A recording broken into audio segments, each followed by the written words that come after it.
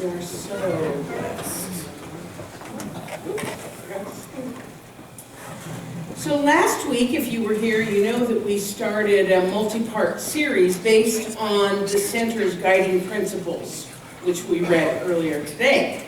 The guiding principles were actually developed by the Board of Trustees a couple of years ago. Board of Trustees, some key volunteers, after Reverend Marjorie took us through a wonderful all-day process called Appreciative Inquiry. We put these guiding principles together, and they're intended to be exactly what the name implies, statements of truth that the leadership can use as we're kind of guiding the center forward. And if you recall, we used to have something else that we read, and I added the guiding principles in a few months ago because I wanted to remind us all of what it is that we stand for, both as a center and also as individuals. Now, of course, no one's required to live by these principles. You know, we don't say, well, yes, you have to be like this, nothing like that. But they really do provide some really excellent guidance about how to live a spiritually based life. So if you recall, the one from last week was, we provide everyone the opportunity to discover and reveal their spiritual potential.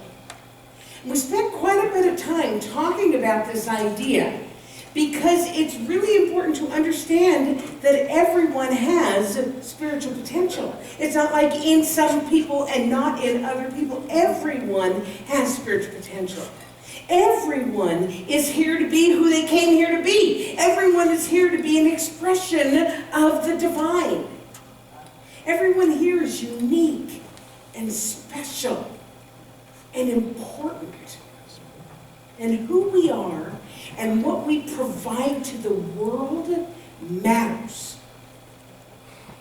And we spend a lot of time with this concept because if we don't understand that we all have spiritual potential and that it is intended to be discovered and revealed, then the rest of these principles that we're going to explore don't have much impact. So I'm going to bring us to the second one. By the example of our lives, we demonstrate self-responsibility, integrity, and intentional co-creation. Again, this statement has so much meat, and it has such a valuable lesson about how to live life. I could do the whole series just on this statement alone. But we're going to break it down just a little bit, okay? The first part of the statement, as you can see, is by the example of our lives. What's another way of putting that? By the example of our lives. How we live. Walking our talk. Bringing meaning. Bringing meaning. Practicing what we preach. In other words, living our lives according to not only what we say, but also what we do.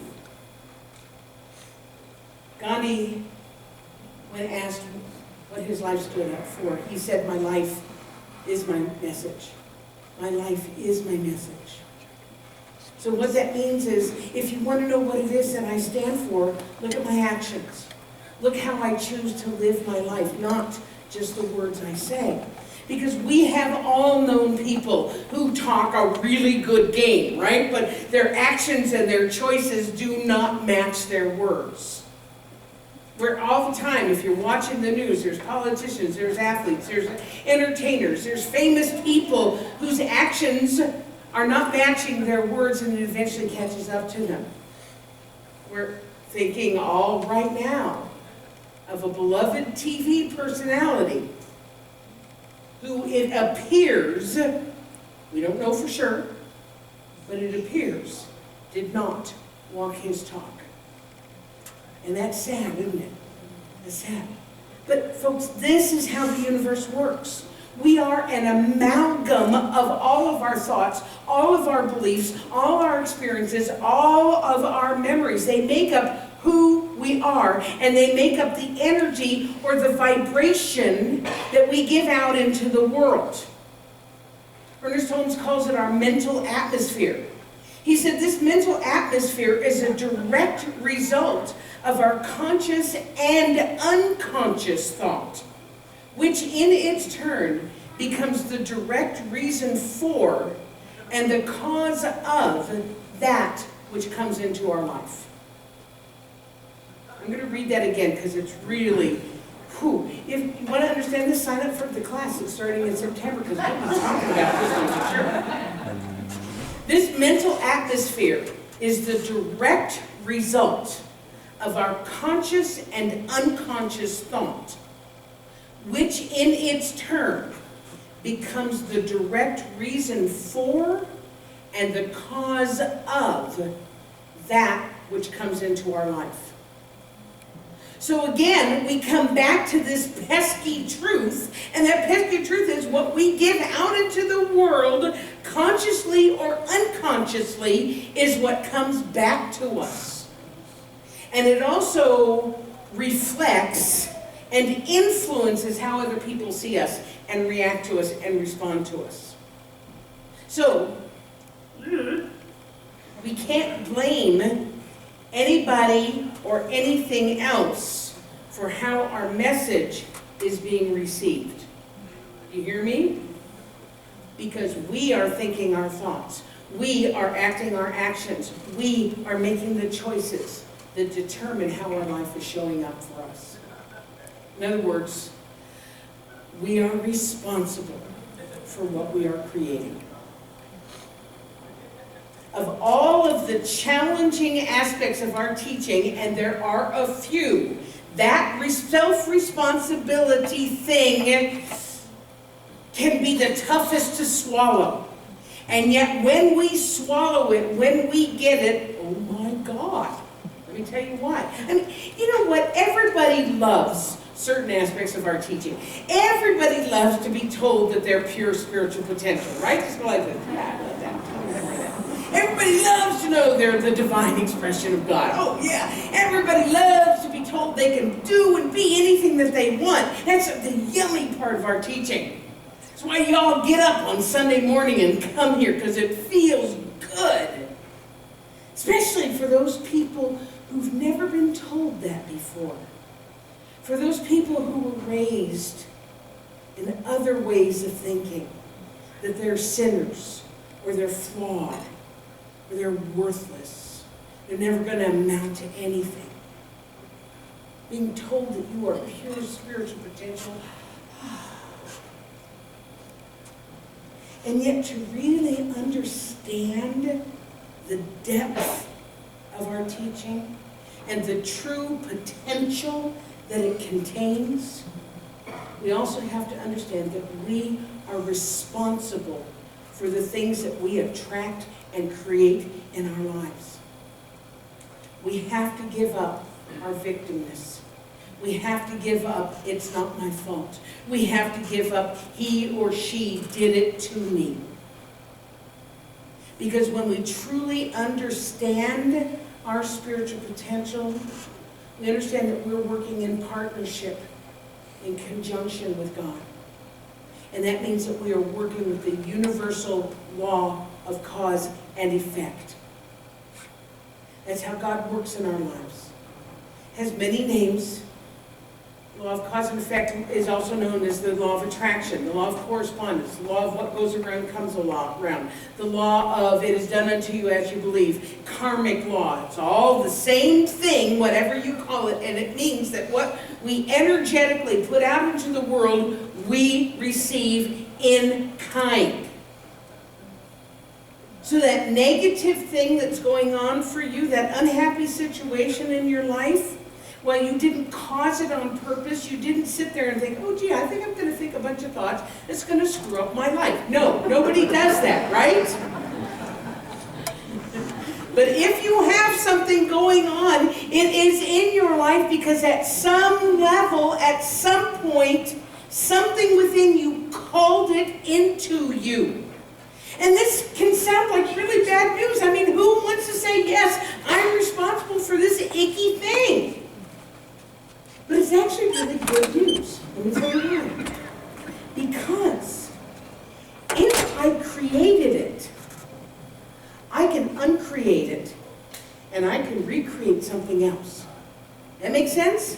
If I created it, I can uncreate it and recreate something else, but we cannot do it while we are remaining victims of our lives.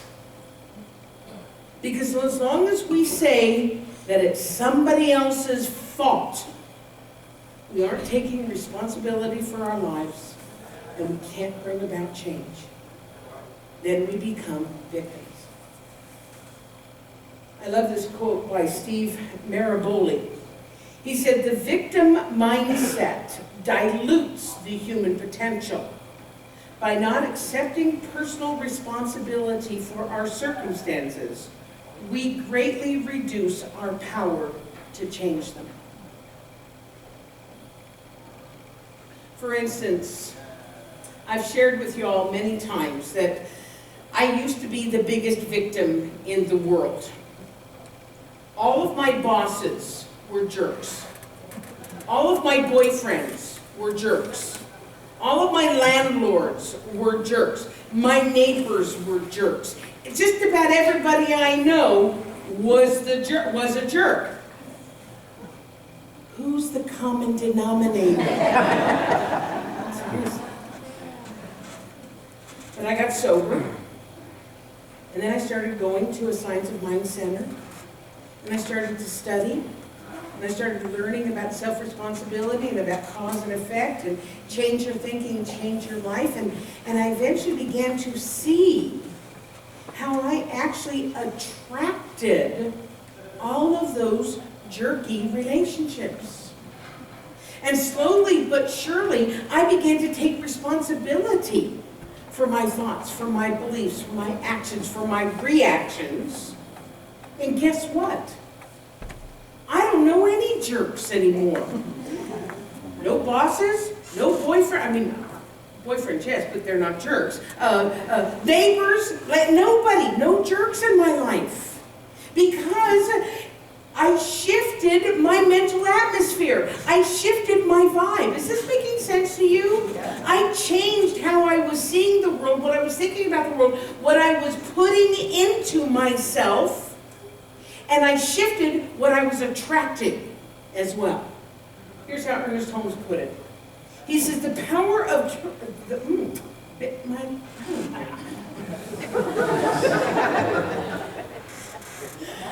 Karma. Jiminy Christmas. Okay.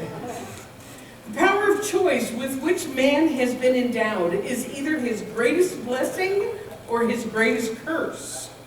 Properly understood, it can lift him to heights.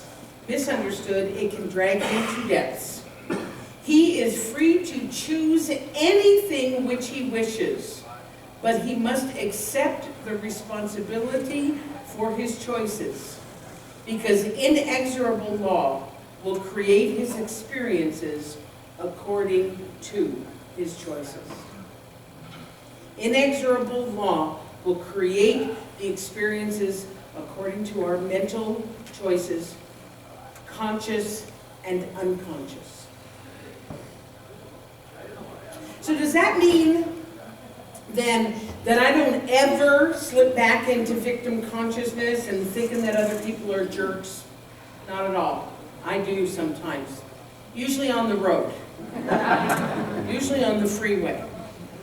But because of how I choose to live my life, this is how I strive to live my life as a self-responsible example of our teaching. I eventually, even if I'm in the midst of my victimhood and I'm wallowing, I am a great wallower, love to be in it, love to, oh yeah, and then I get, because I don't like being there too long, I ask myself, okay, how did I create this again in my life?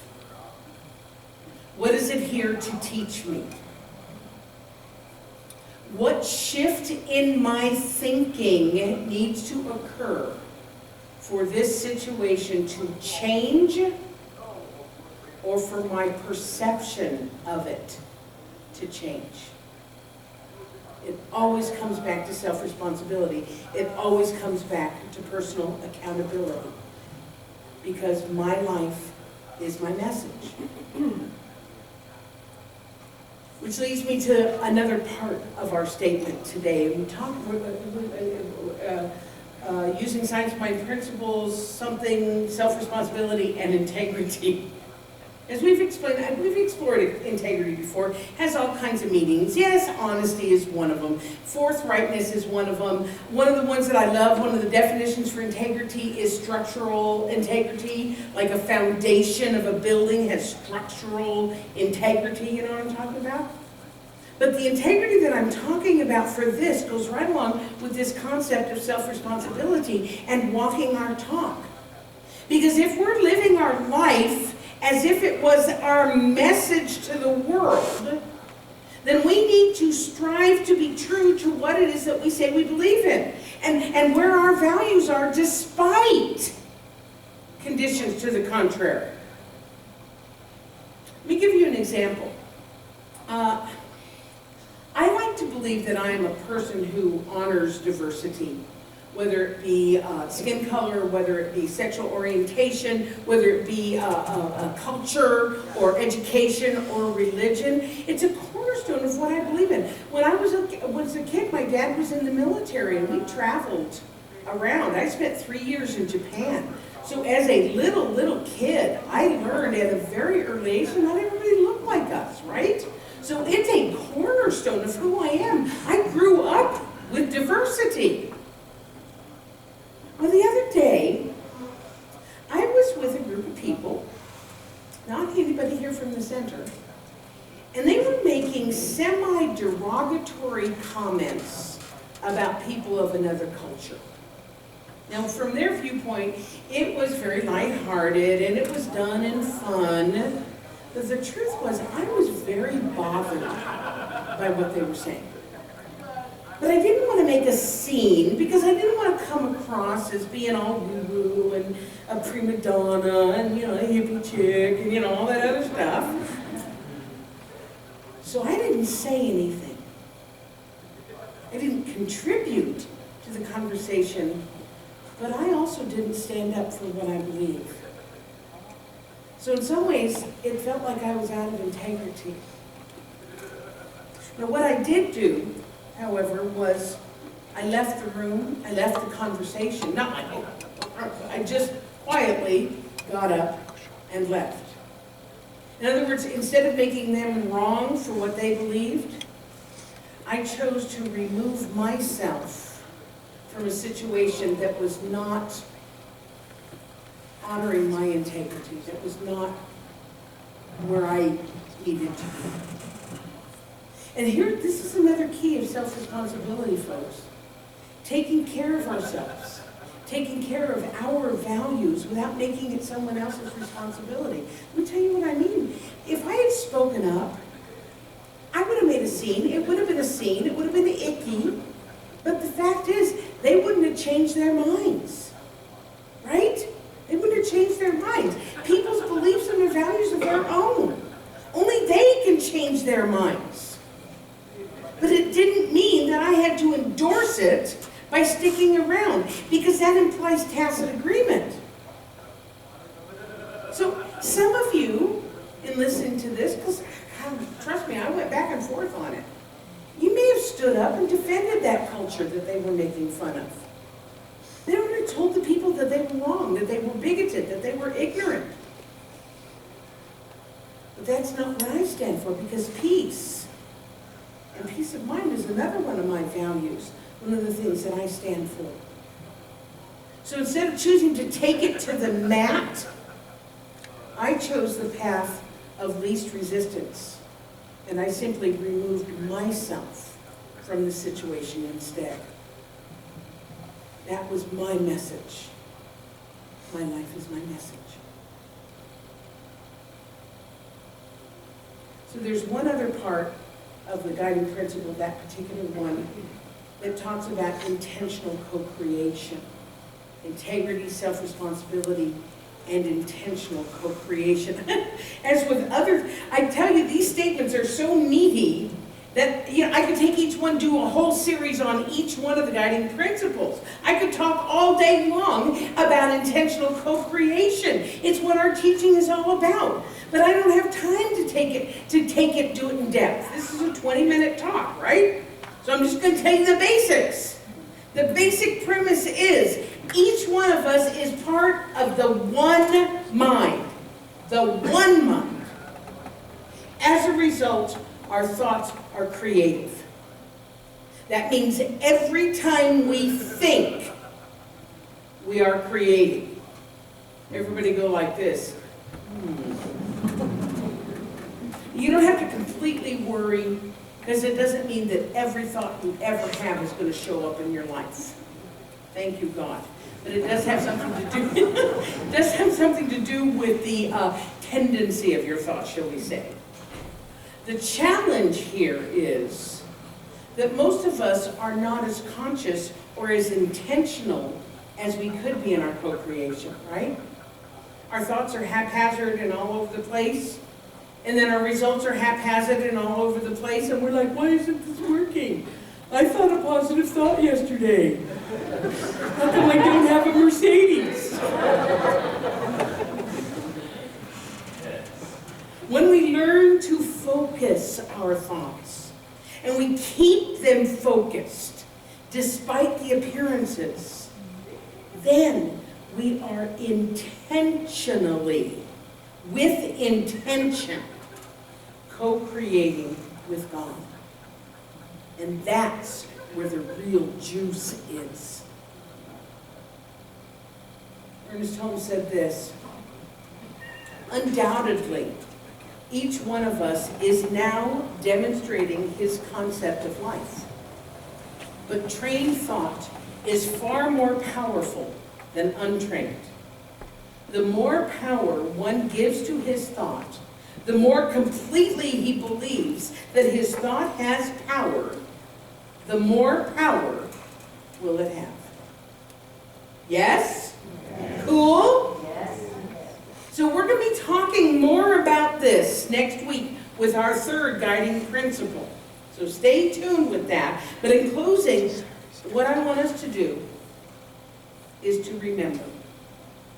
To remember that our life is our message. So let's make sure that the message that we are sending out is one of love, peace, joy, acceptance, positivity, honesty, most importantly, intention. Intention. Because what happens is that this group of people thinking like that, making that our message to the world, not only are we contributing to making better lives for ourselves, but we're also making a difference in the lives of others, with everyone we come in contact with. So put your hand on your heart right here and say, my life is my message. And it's a good one. Thank you, God. Thank you, God. And so it is.